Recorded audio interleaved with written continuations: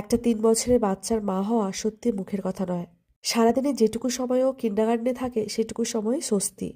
বাদবাকি সময়টা যখন ও এসে পড়ে তখন কত ধরনের ওর প্রশ্ন থাকে, বায়না থাকে, কত কথা থাকে। আমি এবং আমার হাজবেন্ড সবসময় চেষ্টা করি মামামকে যতটা পারি স্ক্রিন ফ্রি রাখতে।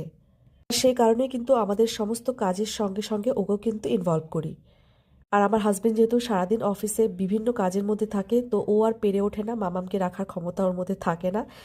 তো তাই ও রান্নাবান্নাটা সামলে নেয়, আমাকে ওকে রাখতে হয়। আর তখন আমি হয়ে যাই হেল্পার আর আমার হাজবেন্ড হয়ে যায় মেইন শেফ।